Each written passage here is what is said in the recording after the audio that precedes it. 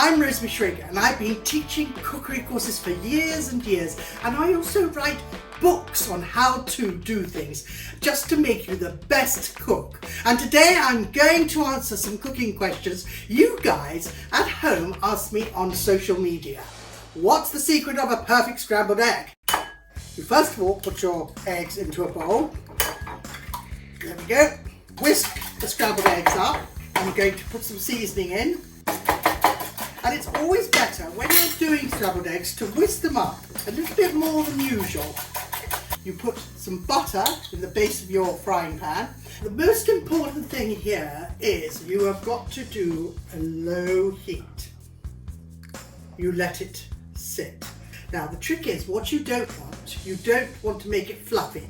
You don't put water in it, you don't put milk in it, it's just made with eggs. You'll be shocked on how many people do not know how to make scrambled eggs.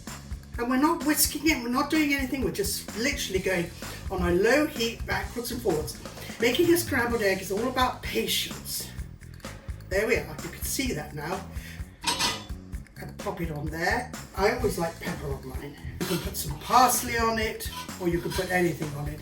But that's how you make the perfect scrambled egg.